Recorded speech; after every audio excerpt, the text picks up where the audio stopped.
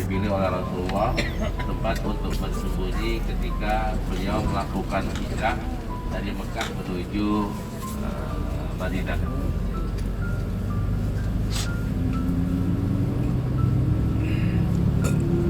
Ceritanya kebanyakan kita sudah tahu bahwa Rasulullah selama 13 tahun tinggal di Mekah mendapatkan tekanan yang luar biasa, mendapatkan penolakan yang luar biasa, sehingga apa yang beliau upayakan selama 13 tahun itu orang yang masuk Islam dari penduduk Mekah tidak lebih daripada 100 orang. Nggak sampai bahkan 100 orang, ada yang bilang 80 orang, mungkin ada yang kurang dikit, kita bilanglah 100 orang. Itu nggak sampai 100 orang. Nah, hal ini tidak nyaman buat Rasulullah. Rasulullah coba untuk berdakwah ke tempat lain.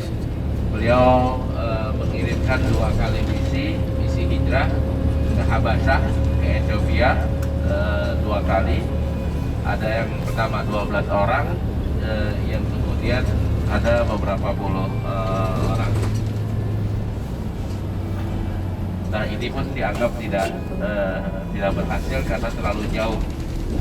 Beliau mencari alternatif yang lain. Beliau pernah observasi, ada yang mengatakan hijrah ke Thaif, akan tapi menurut saya observasi ke Thaif. Di Thaif pun mendapatkan penolakan. Baru di tahun ke-10 kenabian beliau pergi ikut haji bersama orang-orang Arab.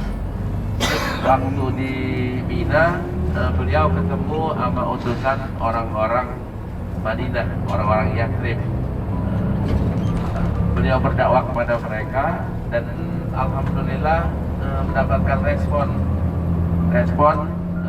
Tahun pertama, tahun 10, mereka ada beberapa orang yang menyatakan keislamannya di tahun ke-10. Tahun ke-11-nya sudah perjanjian Aqabah pertama. Rasulullah dakwah lagi kepada orang-orang Madinah, dan tahun ketiganya udah tahun 12 Hijriah, 12 kenabian, ada 72 atau 73 orang yang dari Yathrib yang menyatakan keislamannya di Mina dan membaiat Rasulullah dengan baiat Aqabah kedua. Isi baiat Aqabah kedua adalah akan melindungi Rasulullah dengan nyawanya, dengan hartanya kalau datang ke Madinah. Ini diantara isi pokok dari perjanjian Aqabah yang kedua, akan melindungi Rasulullah dan sahabat-sahabatnya dengan harta dan nyawanya. Mulailah setelah itu Rasulullah memerintahkan kepada sahabatnya satu demi satu untuk meninggalkan Makkah, hijrah menuju Yathrib, menuju Madinah dengan cara sembunyi. Hanya ada satu sahabat Nabi yang hijrahnya secara terang-terangan, yaitu Umar bin Khattab. Umar bin Khattab terang-terangan sebelum beliau hijrah, beliau berdiri di samping Ka'bah tempat biasa orang menyampaikan pengumuman. Beliau sampaikan bahwa besok saya akan hijrah ke Madinah. Barang siapa yang pengen jadi janda atau anaknya jadi yatim, silakan halangi hijrah saya di pintu menuju Yathrib, menuju Madinah. Dan beliau bersama anak-anaknya, bersama istrinya pergi hijrah tanpa ada yang menghalangi dari penduduk Mekah. Dan hingga tibalah saatnya Rasulullah SAW untuk berhijrah ke Madinah. Diatur sedemikian rupa, ingin hijrah, namun semuanya menunggu wahyu kapan dan waktunya kapan. Rasulullah sendiri belum tahu sampai Allah mengizinkan.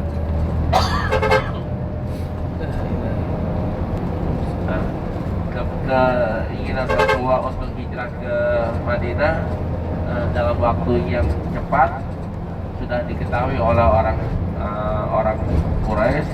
Mereka pun menyiapkan diri untuk membunuh Rasulullah Shallallahu Alaihi Wasallam.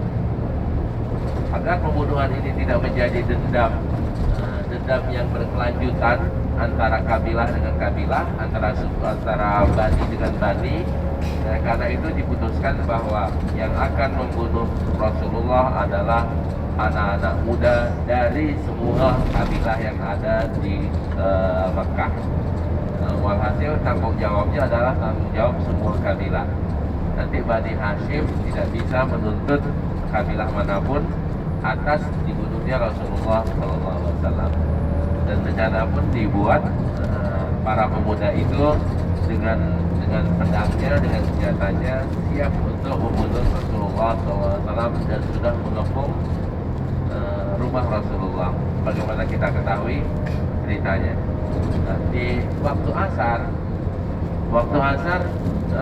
Rasulullah di hari akan hijrah, itu hari Senin ya.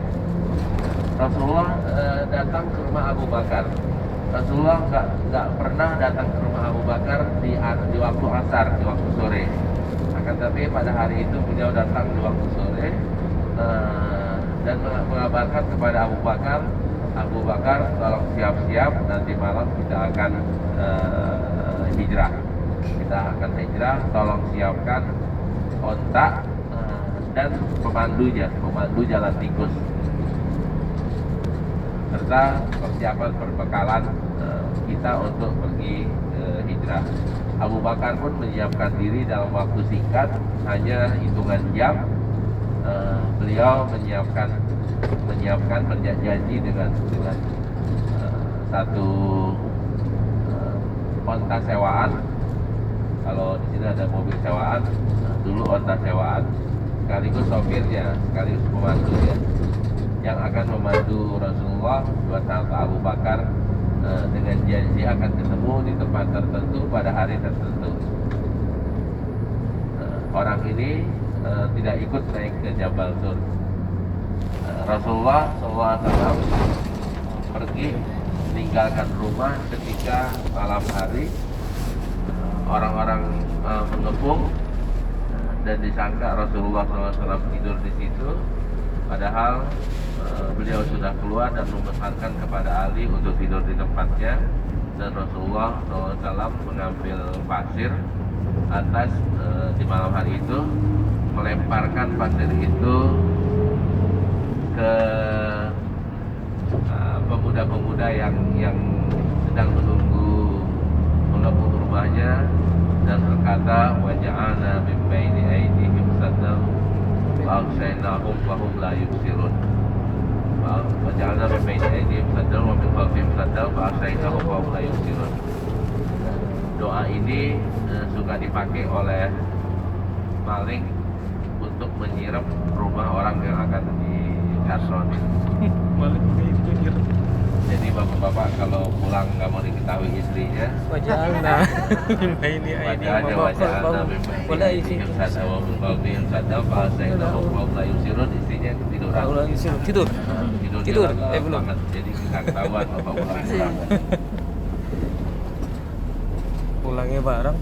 Akhirnya kalau iya ini Rasulullah keluar dengan enggak mau tidur ya baca itu ke rumah Abu Bakar dan kemudian mau kerja terus ya baca beliau itu. tahu bahwa besok pagi mereka akan terbangun dan mereka akan mencari Rasulullah. Nah, karena itu dipilihlah kemana arahnya. Ini strategi perang Rasulullah luar biasa. Orang pasti menyangka Rasulullah berjalan menuju Madinah dan akan mencari tempat persembunyian di jalan arah Madinah. Akan tapi Rasulullah mengambil keputusan untuk melakukan hal yang terbalik daripada dugaan orang. Beliau ambil bukan arah Madinah, bahkan sebaliknya bukan menuju arah Madinah. Dan dipilihlah gunung yang tertinggi di kota Mekah, itu yang akan kita kunjungi, namanya Jabal Nur.